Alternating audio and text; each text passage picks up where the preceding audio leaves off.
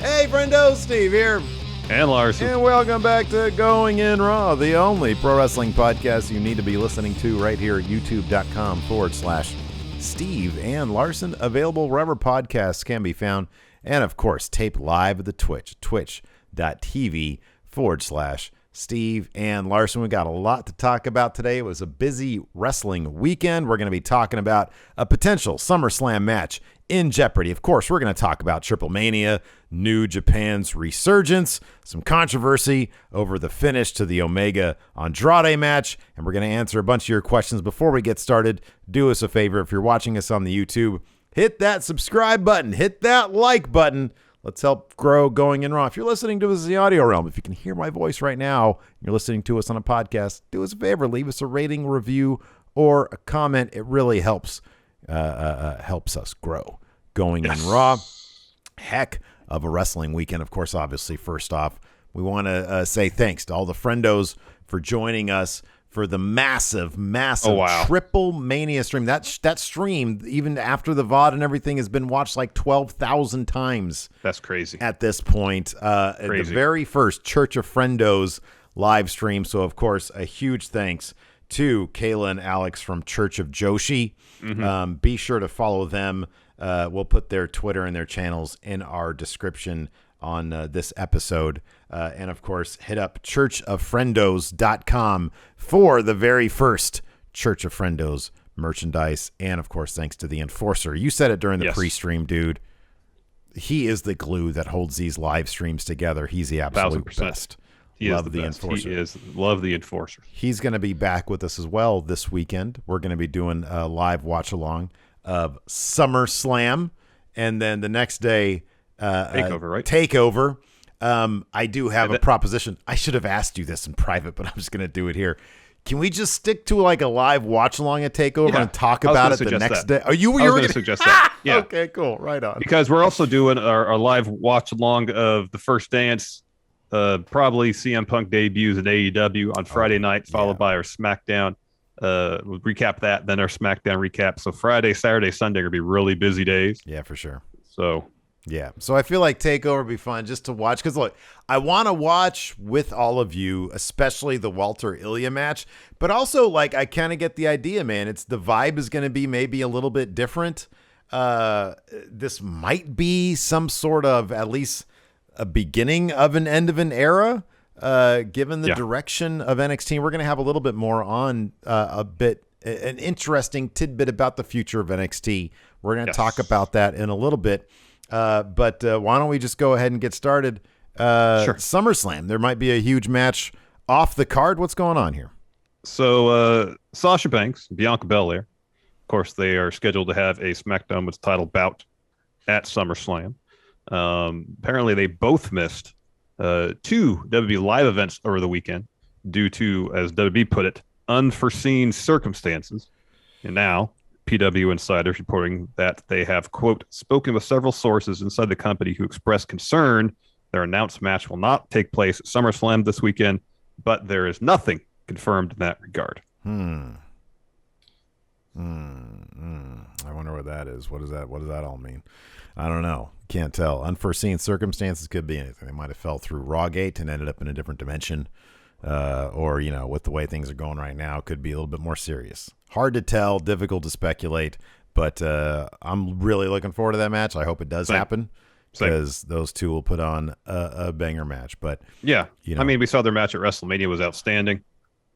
And based we saw on that contract signing, obviously there's more story for them to tell now that Sasha seemingly has some sort of alliance with Zelina Vega, Carmella, up the odds against Bianca. So I was looking forward to that bout. Hopefully it happens.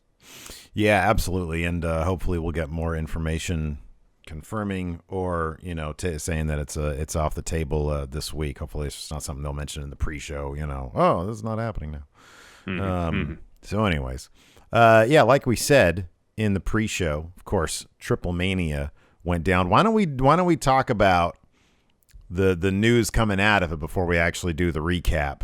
Because this is kind of, it's an interesting conversation. There's a lot of back and forth on Twitter about this. So Probably the biggest profile match of the night was, of course, Kenny Omega, current AEW champion, just recently former Impact champion, and walking into Triplemania, he was the Mega champion. Now, there was some chatter.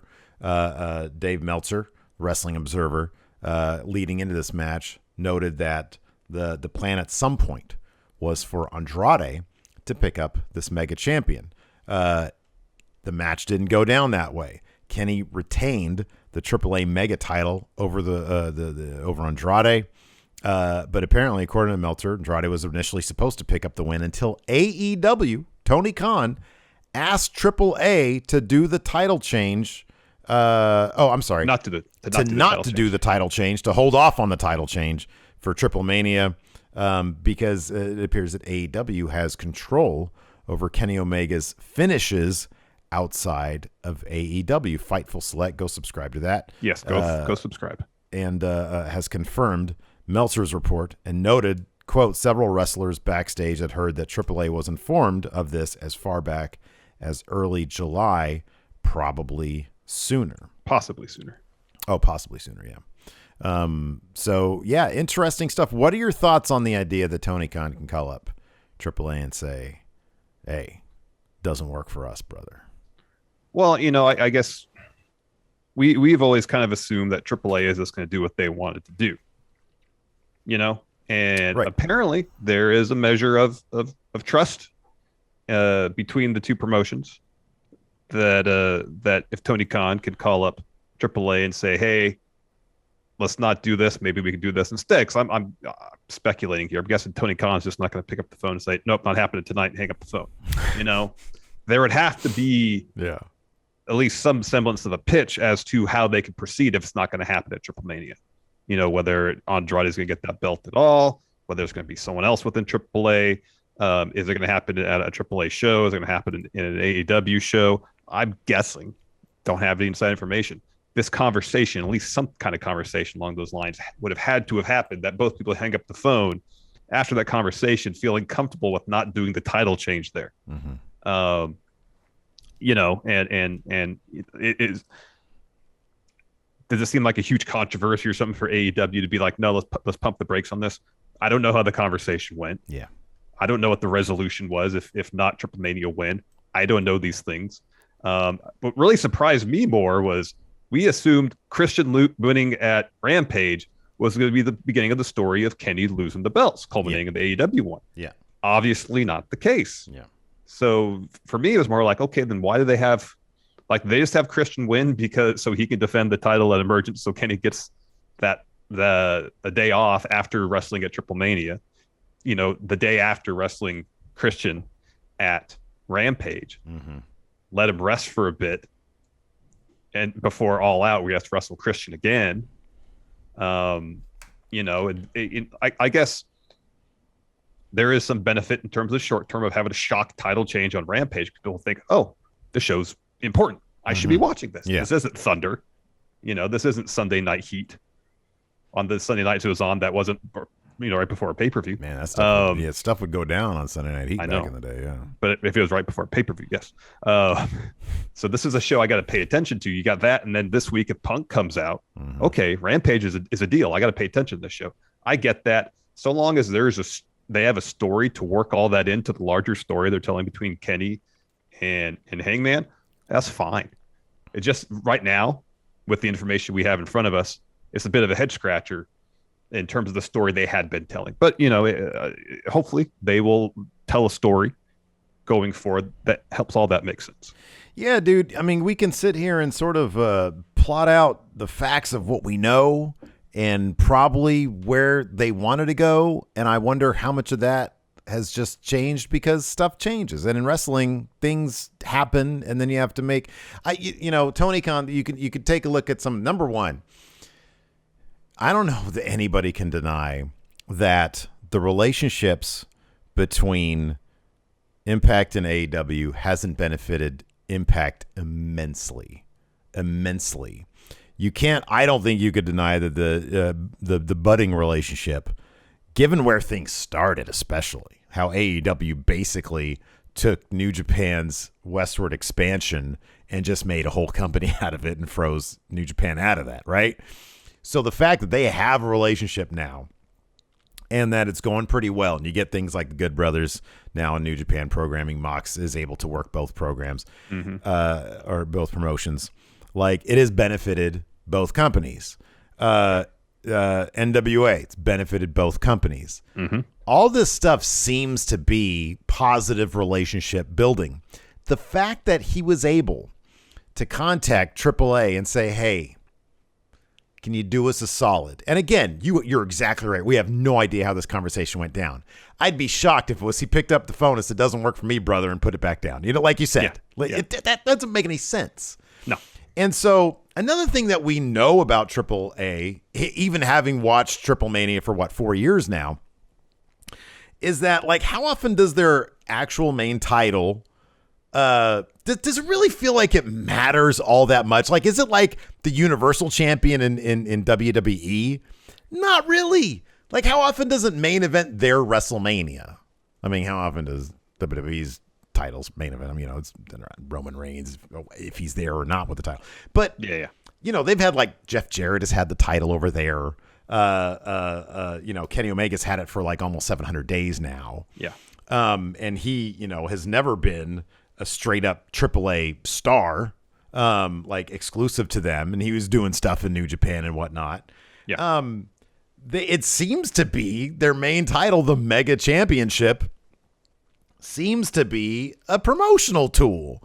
Hey, we got great ambassadors in other promotions carrying our title. I think Morrison, Johnny Nitro, Hennigan back then, was a mega champion as well. Yeah. And so AAA forges all sorts of relationships, and they seem to now. Deonna Purrazzo is their Reina champion, right? And she's an Impact player. So it seems like there's a really good diplomatic relationship. Conan is pretty deep into AAA, and now he's, all over AEW programming. There seems to be a good working relationship with the company.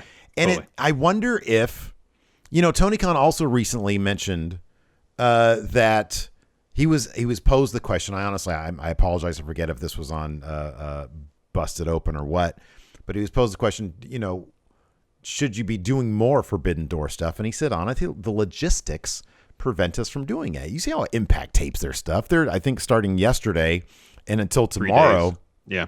They're probably shooting a month's worth of stuff, if not maybe more. Yeah. And so having that, and it would not shock me at all if that might have been one of the reasons we had the Christian title change, because it's like, wait a second. We've got all this stuff going on, and Impact has their tapings coming up. All right, so maybe this stuff just won't line up. Let's start doing this stuff now. We'll get the Impact title on Christian because for whatever reason. And then at the same time, he's a Hall of Fame caliber wrestler. That's why. In some people's opinions, they'd be wrong. But you put it on Christian because it works out for the taping stuff. Yeah. And then it's like, hey, we don't want 2 title changes really quick. We had to do this one. Hey, we got a good relationship. Any totally chance you could just hold off a little bit? Yeah. And then and they say, yeah. Yeah. I think it's great. I think it speaks, this last point, I think it speaks wonders to the relationship that benefits everybody that they're able to do that. I just want to clarify, because I said maybe one reason they had Kenny drop the title so he could take a break over this weekend, because he's wrestling a lot. Reports from we've read, he's a little banged up, and I'm happy you mentioned the taping schedule, because I might obviously have something to do with it. Where if he has to wrestle Friday against Christian, Saturday against Andrade, then fly to Nashville to wrestle Brian Myers for the main event of Emergence, 3 matches in the span of 4 days, that might just be a lot to ask. And there could be other things that preclude it from happening. We don't know exactly the contractual appearance schedule that Kenny Omega has. Maybe some things prevent it from happening. And the idea that, when people see this, they immediately want to jump on, Tony Khan is able to pick up a phone and say, don't do this because of protection. Dude, he's picking up the phone a lot these days, and it's helping out everybody, So I don't know. I mean, to see the landscape of wrestling outside of WWE right now and how alive it all feels, it's pretty damn cool. And I just don't see a lot of reason to hate on that until I'm given a reason to hate on that, you know? Exactly. It doesn't seem like the dude is being selfish with his company. It's like, hey, we're all doing this to benefit everybody. We're all lifting each other up with the same rising tide. Let's see what we can work out here so stuff works for everybody. And it's like I don't think there's any downside to keeping that title on Kenny Omega. And I've always felt that the guy, if you want to put it back on somebody else in AAA, it'd be El Vikingo. But I don't know. Maybe Andrade will still be the guy. Who knows? Well, my understanding is Andrade signed with AEW, not with AAA. Yeah, I think you're probably right about that, but I don't know what contract he has, if any, with AAA for Mexican broadcasting. Don't know either. So I don't know. I mean, yeah, and again, somebody here in chat said, if they were going to have their title on an AEW contracted wrestler, anyways, Andrade. So it's like, regardless, they were going to put their title on somebody in a different company. They don't seem to care. They don't seem to care what happens with it. They had a title change in their cruiserweight division, and they just pretended it didn't happen. Yeah, they don't care. They have bigger. Yeah. They have storylines that go back generations. They got a heel ref who still has a problem with Fabi Apache, and that goes back generations. Mm-hmm. So they're operating on a whole other level than we're used to, man. Yeah. That's the thing about AAA. You think they care about that mega champion? I don't know. I'm sure they do. It's not like it's their, oh my gosh, this is going to throw all of our plans out of whack, Yeah, and it's not like it's continually the main event program or whatever show it's on, Yeah, right. We've watched 4 Triplemanias. Mm-hmm. I don't think in any of them the mega title is main event of the show. That's what I was getting at. I don't think it has, like there was a Blue Demon Jr. Dr. Wagner. There was last year was Chessman and Pagano, and then obviously this year was Psycho Clown and Rey Scorpion. I think the year before that it was Psycho Clown and Dr. Wagner Jr. Okay, yeah, a mask versus mask match. Yeah, so it's just different territory. They do things a different way, but when we're used to a certain way of business being done here, we automatically think, it shouldn't be going that way, and everybody blows up about it. But it is what it is. I think the more interesting conversation. I think number one, it's fascinating that he does have the kind of relationship with AAA now, where he can say, "Hey, can you do us a solid?" And they, say, "Yeah, okay." And secondly, where's this story going with Kenny? Like the mega champion he's retained that now. Mm-hmm. All Out's coming up. He's got Christian for that match. Obviously, Kenny's going to win that one. The question would be then at All Out, if they do title versus title, but whether that even work within how Impact has to tape their stuff, who knows? I don't know. Don't know. Yeah. Don't know. Yeah. There is that. There is, is Hangman still going to be the guy? You got to think that it's still going to be Hangman's the guy. Mm-hmm. And he's going to be the guy because Kenny didn't hit. No. Nobody is kicked out still of the One-Winged Angel. And you've said before that that's probably going to be the thing that Hangman will get if he can't be the first guy to take him down. And I've always thought it was incredibly likely that Hangman would be the last piece that falls. Kenny would lose the stuff beforehand, but he's clinging on to desperate life for this one with this one title, and Hangman's the guy to finally put Kenny Omega to rest or whatever, and taking that AEW title, and it would still mean a lot. I don't think he has to be the first guy to beat him. Because you have protected law. I mean, that finish against Christian, it's not like Christian beat him clean and fair. He nailed him on a chair. Yeah. So yeah, I don't know. It's wrestling, and the stories are the thing. If the thing is parallel to Kenny and Paige to telling the story of the Elite kind of starting to fall apart, which is why I feel like they had the finish they did at Rampage, where Kenny takes that kill switch on the chair, which is introduced by the Young Bucks to begin with. They're starting to set up the pieces. So by the time we get to Hangman versus Kenny, and basically the story will be in that match, yes, Hangman beats Kenny, but he's basically beaten the entirety of the Elite to do it. Yeah. He'll kick out of a one-winged angel. Mm-hmm. He'll hit a buckshot, and he'll get the win. Yeah. So interesting stuff. All right, let's take a quick break here to get a word in from our sponsor, ExpressVPN. Hey, Larson. Yeah. SummerSlam is almost upon us, which means hopefully all of the WWE Network content will finally be on Peacock. So we'll be able to watch all the same WWE content as our international friendos. Yeah, that's great news. But what isn't great is that so many other streaming services offer different content based on where you're located. For example, Netflix has thousands of shows, but we only get access to a fraction of that. Ugh. Yeah, that's a bummer, man. But I have a solution for you. ExpressVPN. You see, ExpressVPN lets you change your online location so you can control where you want all those streaming services, Netflix included, to think you're located. Like the other day, I wanted to watch Pulp Fiction, but it's not on US Netflix. But it is available on Canadian Netflix. All I'd have to do is open the app, select the location, hit connect, refresh your page, and bam, you got access. You can watch Pulp Fiction on Canadian Netflix. Wow, that sounds pretty great. Also great are ExpressVPN speeds, so you can stream in HD with no buffering. ExpressVPN is compatible with phones, laptops, smart TVs, and more, and it encrypts your data so you can surf the web securely. So be smart. Stop paying full price for streaming services and only getting access to a fraction of their content. Get your money's worth at expressvpn.com/GIR. Don't forget to use our link at expressvpn.com/GIR to get an extra 3 months of ExpressVPN for free. Before we get back to the show, let's get a word from our sponsor, Craig. You know, Steve, I feel like I need to take up a new hobby. I want to make stuff out of wood, but honestly, I don't even know where to start. Nice, man. You want to get into woodworking, eh? Yeah. I was once like you, Larson, feeling the urge to craft something with these hands of mine, but unsure if I could do so. But then I got these hands on a Craig Pocket Hole Jig 520 Pro.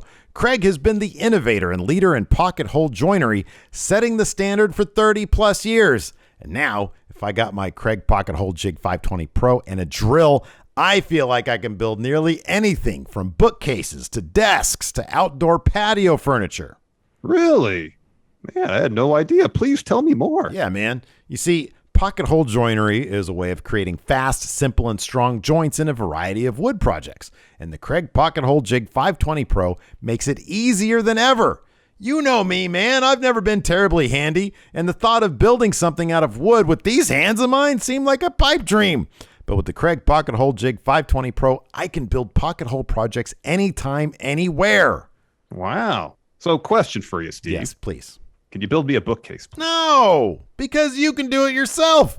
Anyone, even you, even Larson, can easily create perfect and strong pocket hole joints with the Craig Pocket Hole Jig 520 Pro. It works with a wide variety and size of material and is great for building all types of indoor and outdoor wood projects. The Craig Pocket Hole Jig 520 Pro comes with everything you need and retails for $99.99. It's available nationwide at Home Depot, Lowe's, and other home centers, woodworking, and hardware stores. Learn more at craigtool.com. That's KREG tool.com. So let's get into this Triplemania recap. Opening the show, we had the Marvel Lucha match. This is always so much fun. Trying to figure out who is portraying what Marvel character. Yeah. It's always a blast. Yeah. The only one that seemed to be out, Leo Rush wasn't Arachno this time. No, I read. Spider-Man. I think Fightful said it was Vikingo. Oh, it was Vikingo. Okay. So it was Team American Legends, Team Leyenda Americana, versus Team Thanos, the Purple Terror. But what Team Purple Terror didn't count on, Larson, was the Incredible Hulk. Yes.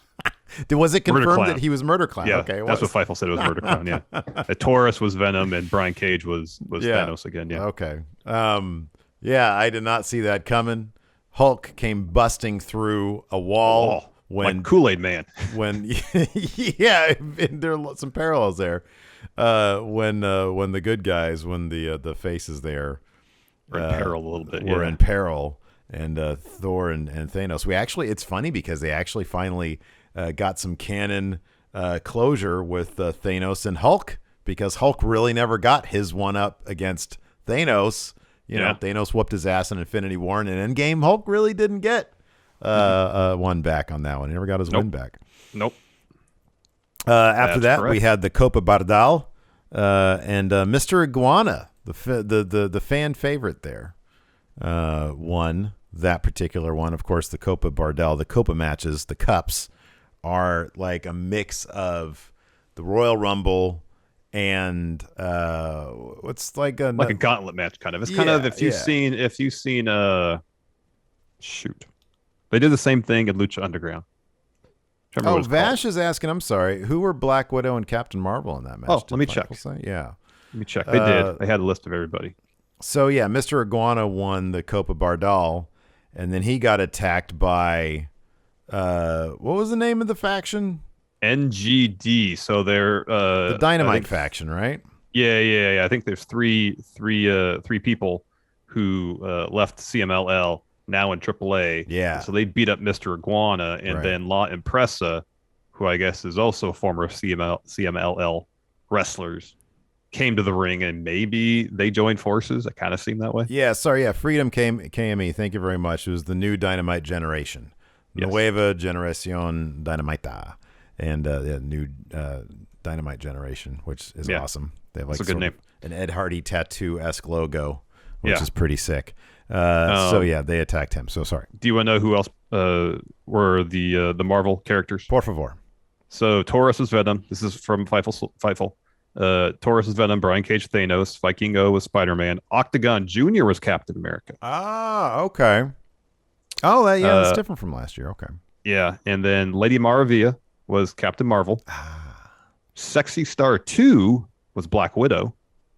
And I didn't know there was a Sexy Star 2. I didn't know either. Wow. And then Murder Clown was the Hulk. Interesting. Okay. And then who was Loki? Do we know? No. He wasn't even masked. I couldn't even tell who he was because I don't know. Yeah, Loki showed up on the Tron after the match. Sadly, he was not an alligator. Maybe somebody in chat can let us know who Loki was.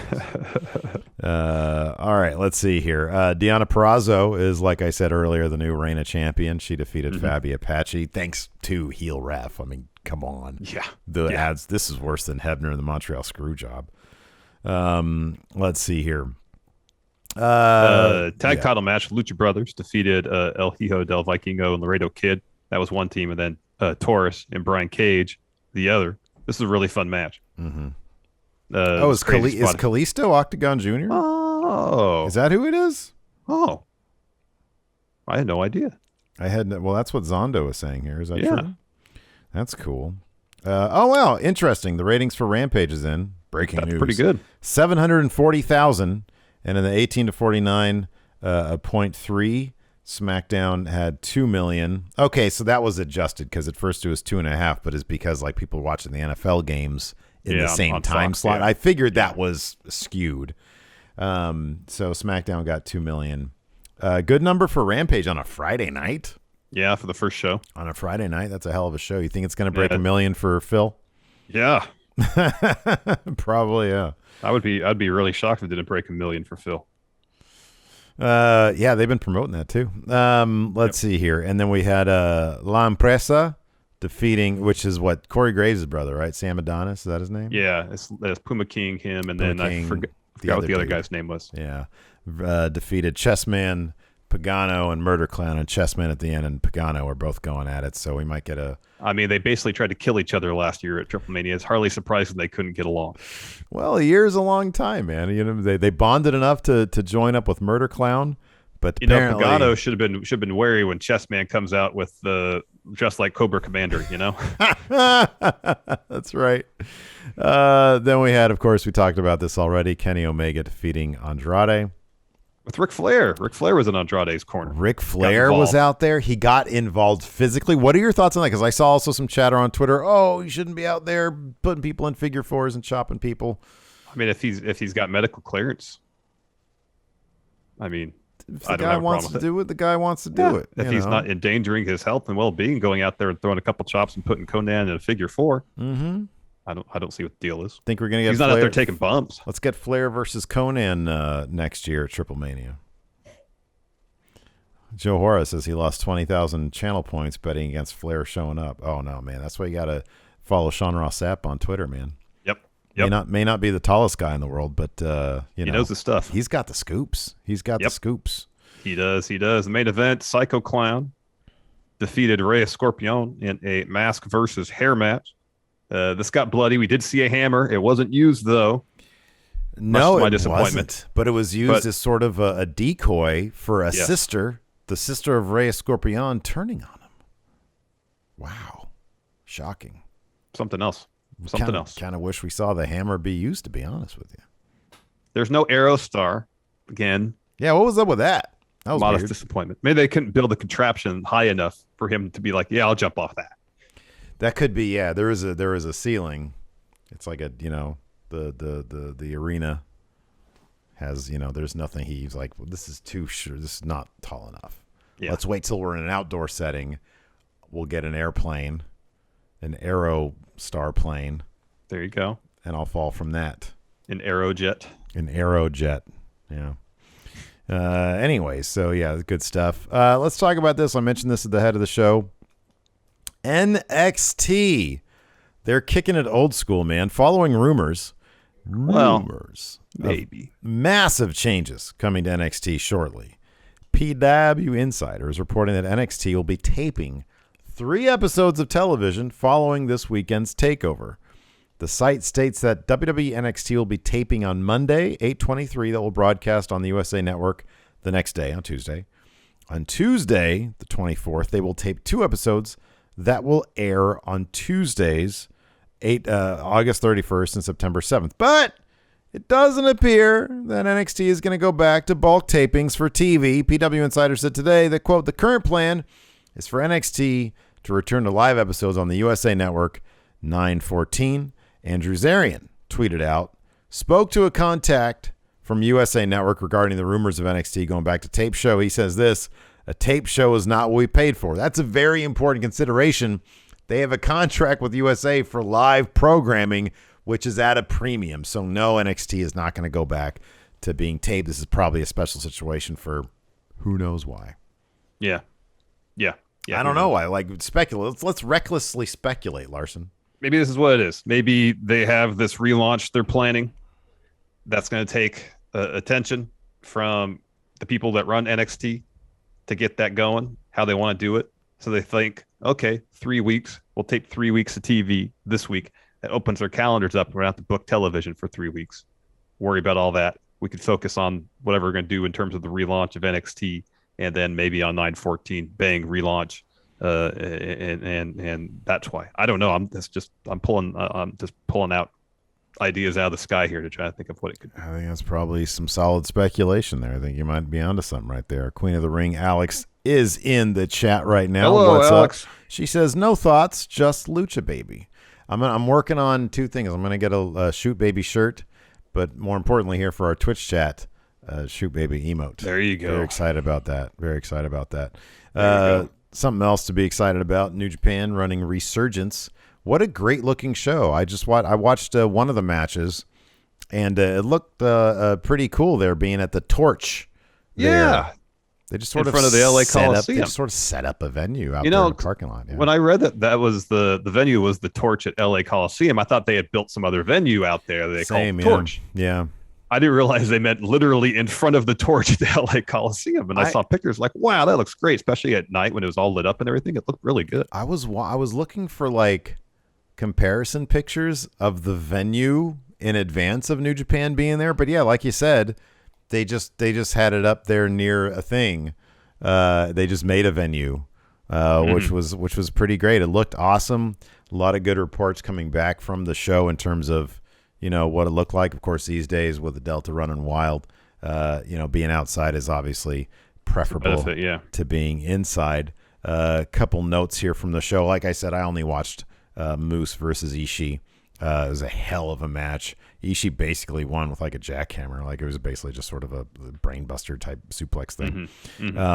But Will Ospreay came back. What did Will Ospreay have to say for himself, Larson? So he returned, said a couple things. He declared that he was the real IWGP World Heavyweight Champion. Of course, he never lost the title, had to vacate it because of neck injury. Says that he's cleared to compete, but he says no to the G1. No. And he's staying in the States, apparently, to wrestle on Strong for a while. He's set up a match with TJP, also at Resurgence, after the Good Brothers defeated Mox and Yuji Nagata, his mystery partner, which is awesome. They were confronted by Guerrillas of Destiny, which is promising. That could be really cool. And then the main event, Go Ace, Hiroshi Tanahashi became the new U.S. champ, defeating Lance Archer. Mox was sitting ringside right next to the belt. You got to think that match is happening like really soon. Maybe All Out. Maybe on Strong before that. I don't know. That match is going to happen, though. They've got a bunch of shows coming up. They got one at the ECW Arena. They've got one here nearby in San Jose. San Jose, yeah. November, it wouldn't shock me if it took place at one of those shows. I wonder if they're really the thing that really stood out to me is Ospreay talking about going to Strong. Wouldn't shock me if they start running that show with fans as sort of relaunching it with fans as a bigger deal. It gets a lot of good notice these days for just being a pure wrestling show. Fred Rosser's over there making, a bigger name for himself. They got some interesting things there. They got their young lions over there. And so it's going to be interesting to see over the next 6 months if they do try to do bigger things with Strong. Ospreay being there is a big draw. That's a big deal. It is a pretty massive deal. It is a pretty massive deal. Yeah.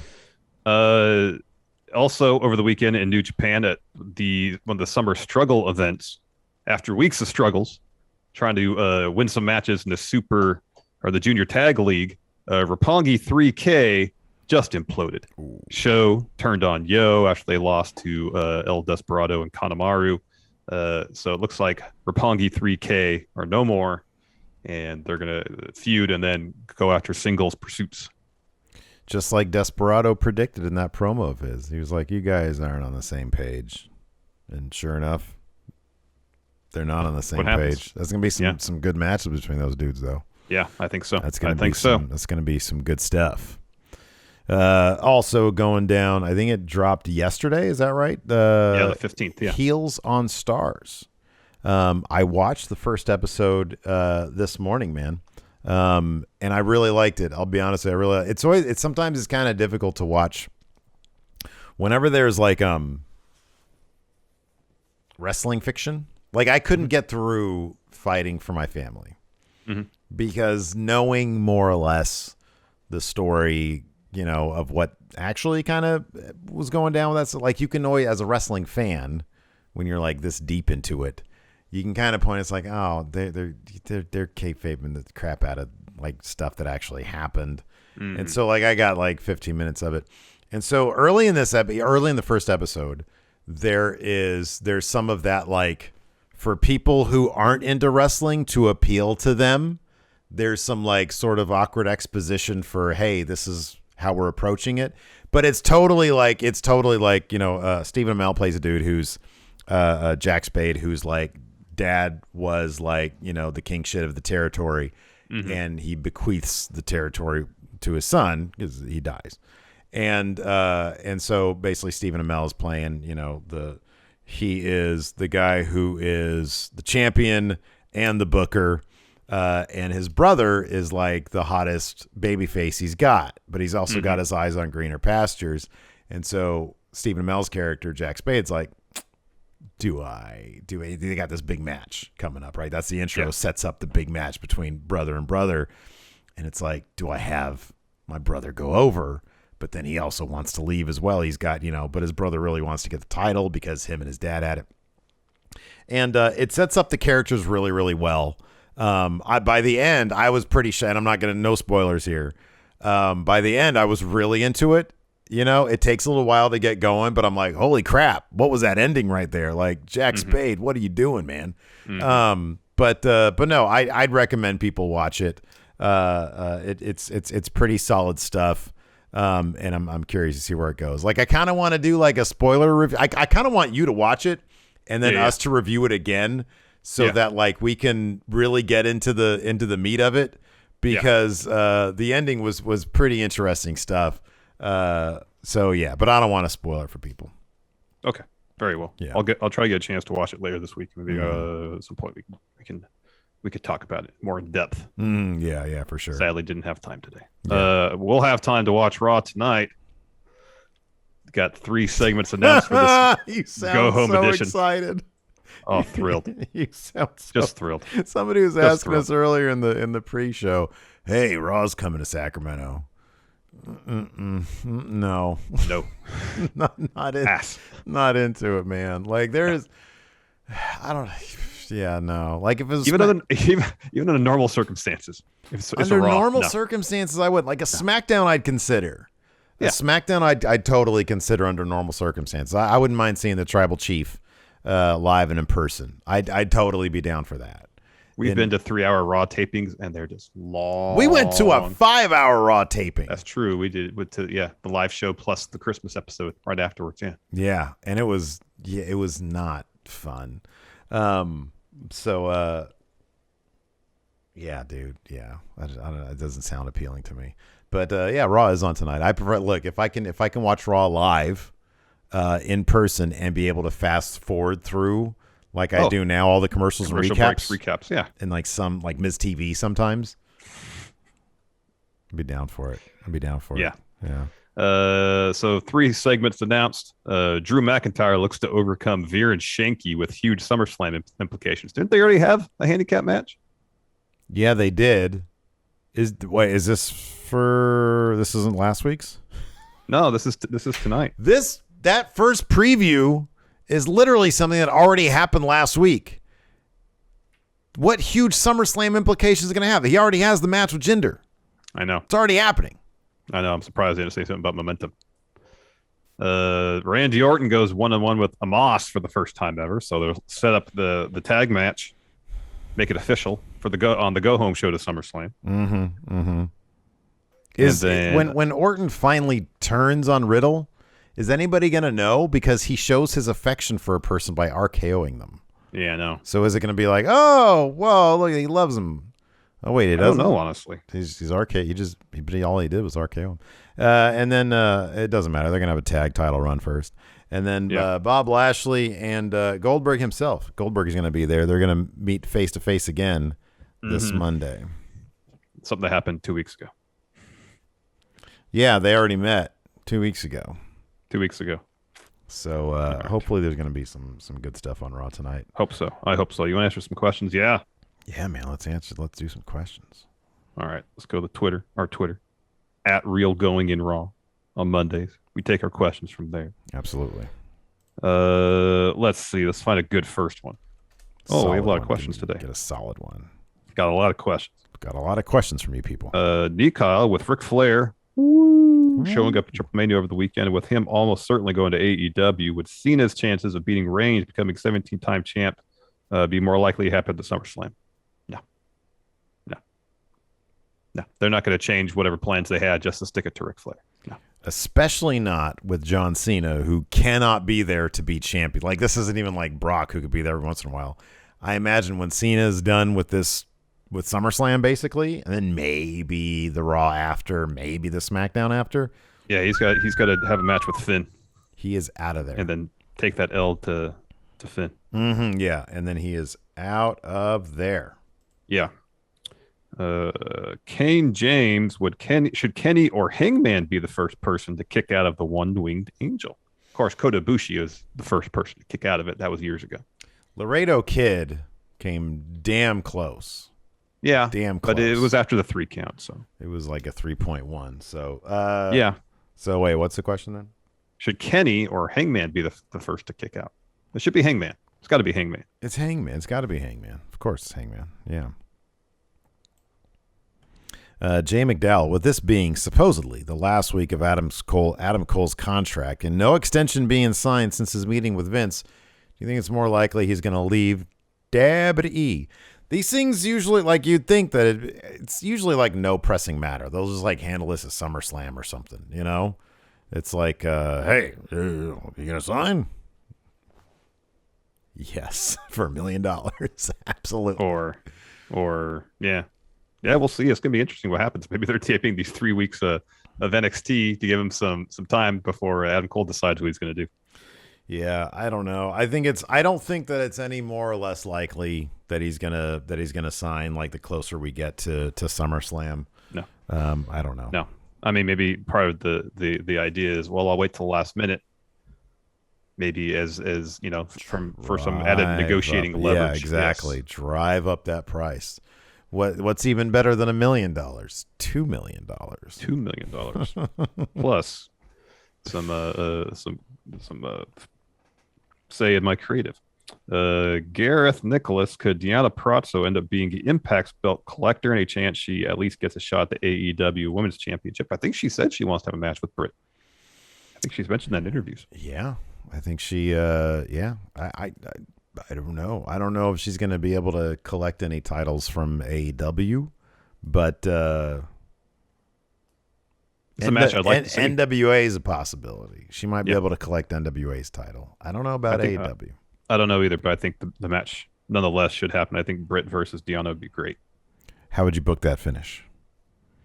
If you're Jack Spade writing on your laptop, it was kind of great. There was one bit where, because he the thing is he's very micromanagey. He's like all about, this is my script, my characters, right? Yeah. And it's great because at one point it shows like he's got his script open for the match against his brother, and the whole episode he's like, what do I do for this finish? What do I do for this finish? And the finish is genuinely shocking. Like his finish that he comes up with is shocking. Is there a pizza cutter involved? No spoilers. Damn. But he has it open, and I swear it looked like Steve notes, because like he's got like a about 4 sentences detailing what he wants to be the finish, and then right above that it just says 30-minute match. Call it in the ring. Call it in the ring, and then I love that. So I'm like, oh, it's like Steve sitting there writing match, good stuff, and then I just write the finish for the Steve notes. Yeah. Heel Long Heavy, what would be the wrestling landscape if instead of WrestleMania? Oh, the wrestling landscape you like. Sorry, if instead of WrestleMania, Triplemania was the first major wrestling pay-per-view. It would be zero difference. It'd be no difference whatsoever. Except Triplemania would not be referred to as, they wouldn't have called it Triplemania, because Triplemania clearly is a play on WrestleMania. Yeah. Joseph A. Ford, when CM Punk and Bryan Danielson come to AEW, assuming they form a new NWO, who's the third man, brother? It'd be Cody. Yeah. There's some reason to think it'd be Cody. He should totally like kayfabe the angry emails between EVPs. Turn that into the story. Yeah. Dominic Malnar. So if Adam Cole goes to AEW, do you think they should immediately do a Kenny versus Cole feud, or wait for it? Because I know that Cole versus Omega was being teased a ton before Cole signed to WWE. Yes, Cody versus Kenny apparently was supposed to be Adam Cole versus Kenny. Right. Then Adam Cole left. And then Kenny was supposed to be Kenny, but then Knife Pervert turned into Kenny. After Kenny left. After Kenny left, it was Knife Pervert was that guy. Yeah. It depends on if Kenny's going to take some time off after dropping all those belts. I wouldn't be surprised if he did. In the meantime, if Adam Cole was to go to AEW, there's plenty for him to do. Oh my God, I don't even know where would you even start with that? I don't even know where to start. Adam Cole versus Nakazawa for 3 months. Okay, there you go. Yeah. Just put him in a room for 3 months on promos, then have him beat a bunch of jobbers on Elevation. Perfect. Man, it just writes itself, dude. Al Leong, the Watchtower is the Al Long. Sorry, I forgot your name wrong. Is Triple H really the almighty savior of WWE that a lot of people believe? I mean, it'd be hard to be that if you can never actually take control, you know. Yeah. Or if you can't ever implement your vision. If at any time, if there was any time you really wanted to use a sledgehammer, it's probably now, So you want to take that sledgehammer to that dinosaur fossil that Vince has in his office? Yeah, that's a power play right there. What if he just takes that sledgehammer to Vince's office before Vince gets there in the morning? Vince would be more pissed that somebody showed up at the office before he did than he would that the sledgehammer was used. Yeah, it's like, I'll buy another dinosaur. If Triple H took charge of creative, I think that I know some people think that it wouldn't be a big difference. I think there'd be massive changes. I really do. I don't even know what they'd be. I think there'd be more logical storytelling for one thing. Yeah, that seems likely. Sean Lathrop, who is most likely to be the Joker at AEW Casino Battle Royale? Deonna Purrazzo, Mickie James, Mercedes Martinez, or someone else? Wait, what's the question? Sorry. Most likely be the Joker at the Casino Battle Royale at All Out. I don't think it'd be somebody as. I think that Mercedes is probably a really good answer for that. Ruby Soho. Yeah, that's a good answer. Paul Williamson, is it because the WWE aren't able to create new stars that they have to bring back old timers, or is the audience just not giving wrestlers time to become stars? I think I don't know. I think it's a little bit of A and a little bit of B. I think that if guys from the past have a built-in name value and they can still go, then why wouldn't you use them if it'll help, if it'll improve your product? You know, I don't think that it's squarely because WWE hasn't created new stars. I think they've created stars to a degree. And I think if you look back at like the thing about like the Attitude Era is that you can look at that and say, man, they were just reliant on who they had at the time because they were creating huge stars. But it's like they didn't really have much of a choice because everybody else was with WCW. Like they didn't have. It's not like what are they going to do? Bring out Bob Backlund? You know, it's like it's not going to happen. Not going to happen. Wolverine. Will we see more people in creative speak out against Vince coming in at the last minute, changing everything they wrote? Will we have more people speaking out about that, like under contract with WWE and going to Twitter and saying, "Oh, Vince is doing this, Vince is doing that"? I doubt they're not going to do that. That seems awkward. I would hate to go to the work environment. I just tweeted this crap out about my boss, and you show up. Oh, you'd probably be fired. Or at least he'd give you a dirty look at and have you do. He's like, "Hey, I'd creative whip this up for you. This is what you're going to wear in this week." Then you go out there looking like an asshole. Yeah.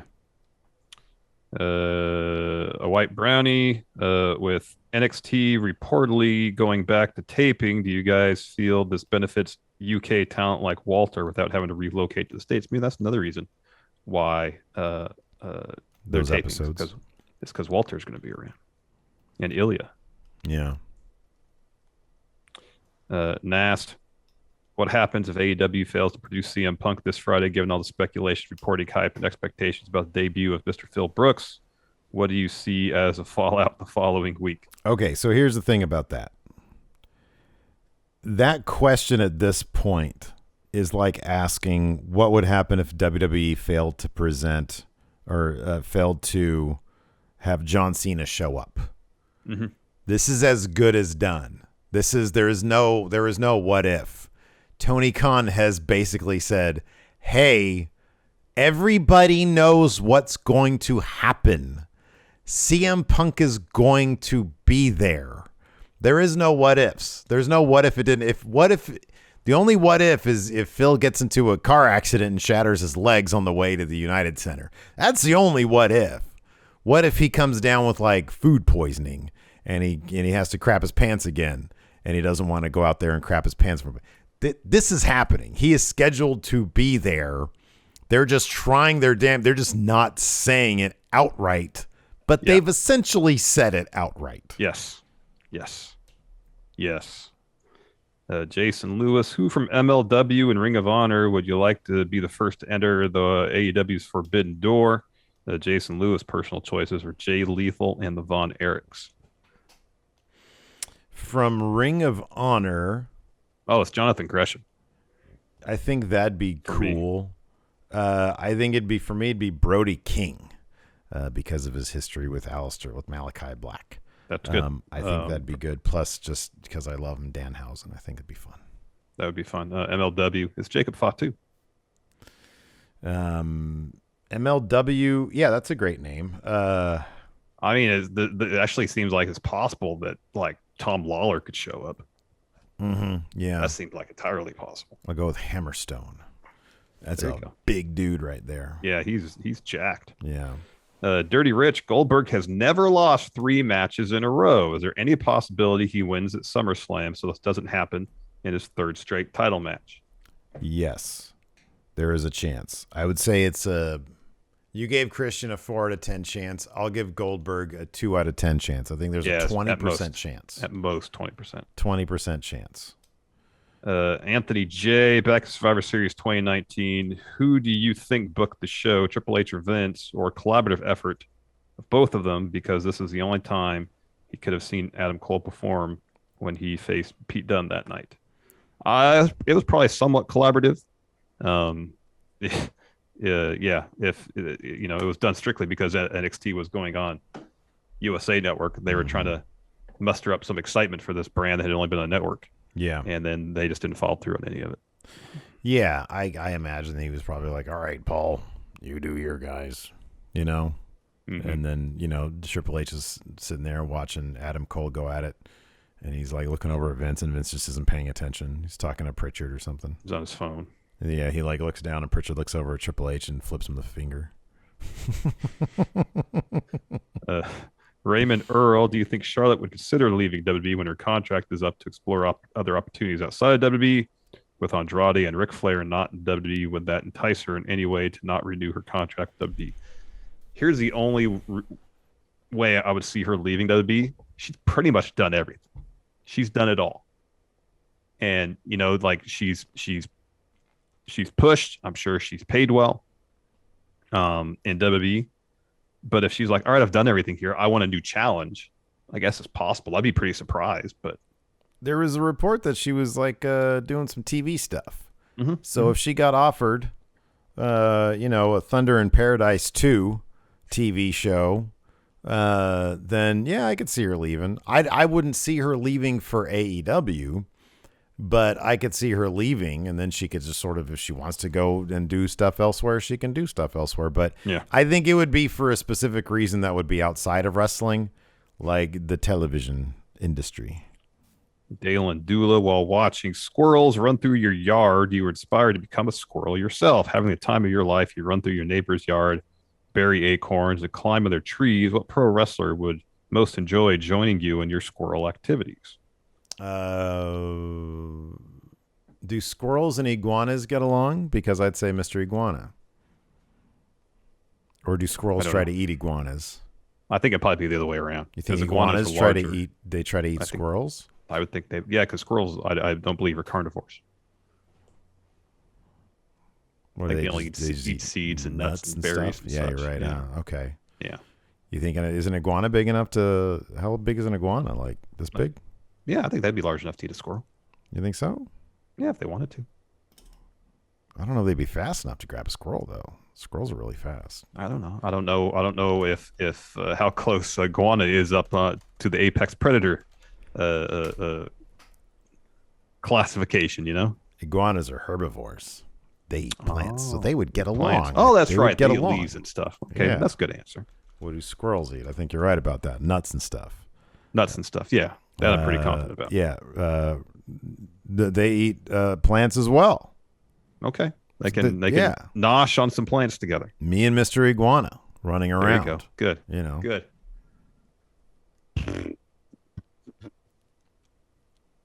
You know what? Taurus. The bull. Okay, sure. Bulls aren't carnivores. I feel like we could be friends. Gareth says Jungle Boy. Okay. It's a good answer. Okay. A Luchasaurus, good answer. Maybe, yeah. It's a good answer. Blake Elizondo, inspired by AAA's insanity, Vince wants the King of the Ring tournament to be as complicated as possible. Picture insane tournament rules like King of the Losers, a tournament where you advance by losing, and the last guy to lose, Corbin, is crowned biggest loser in WWE. This is what they should do. Yeah. Let's hear it. Is make it like King of the Mountain. Okay. So essentially a gauntlet match, Yeah.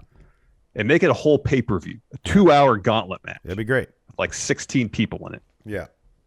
I like that. And like a exploding timer too. Totally. Yeah, like, you got to have the like an actual timer. exploding timer. They've got like however many people there are, 30 timers. Yeah. And they blow up. But they're randomly placed in the crowd. Oh, wow. That seems more dangerous for people attending the show than the rest. It's incredibly dangerous. Yeah. It seems ill-advised, but we'll do this last one here. Ears of Justice. He's got a programming question, and he just subbed here on the Twitch for 11 months now. Thank you, Ears of Justice. He says, and this is Ears of Justice, mind you. You remember him. Mm-hmm. He was the father of the 10 pounds of meat division. Yes. Says 2K22 is coming out in a couple months. If it actually works, do you think you guys will have enough time to do a little universe mode? I wouldn't take anything off the table. Yeah. But I don't know. I'll say this. If the online portion of it actually works really well, it would improve the odds of something happening with it, you know? Yeah, I agree. If it's a fun game and it has cool stuff going on, or if it's just a completely horrible, glitchy mess where we know we can get some comedy out of just how glitchy it is, I could see us giving it like one shot, like saying, hey, let's see if we can break this game. Yeah. Like online or something, if we do some online play or just sit back and watch it sim to death. It's a possible look. We have Smash Zone on Thursdays. I could see us maybe devoting an hour to that if it's bad enough. We should do some we should watch some We Book Raw on Smash Zone this week. Yeah, that's we could totally do that. We do have currently on Twitch, we'll end by saying this, over at the twitch.tv/Stephen Larson. Our latest goal is 1,500 subs. Right now we're at almost 1,100. The goal reward this time is our second 24-hour stream. We're coming up to pretty quickly to the 1 year anniversary of our last 24-hour stream. So, I could see during you needed something to do during a 24-hour stream, retrospective you're talking. A retrospective, and if 2K22 is out by the time we hit that, play a bunch of that, just possibility. Put just do that a lot. Anyways, yeah, Patrick Lee has a good point here. Make sure to check the junk mail sporadically just in case you get an email from them. That's a good point. It's a good point. I should do that. I'll do that right now. Anyways, thanks everybody for tuning in. We appreciate it. Till next time, we'll talk to you later. Goodbye.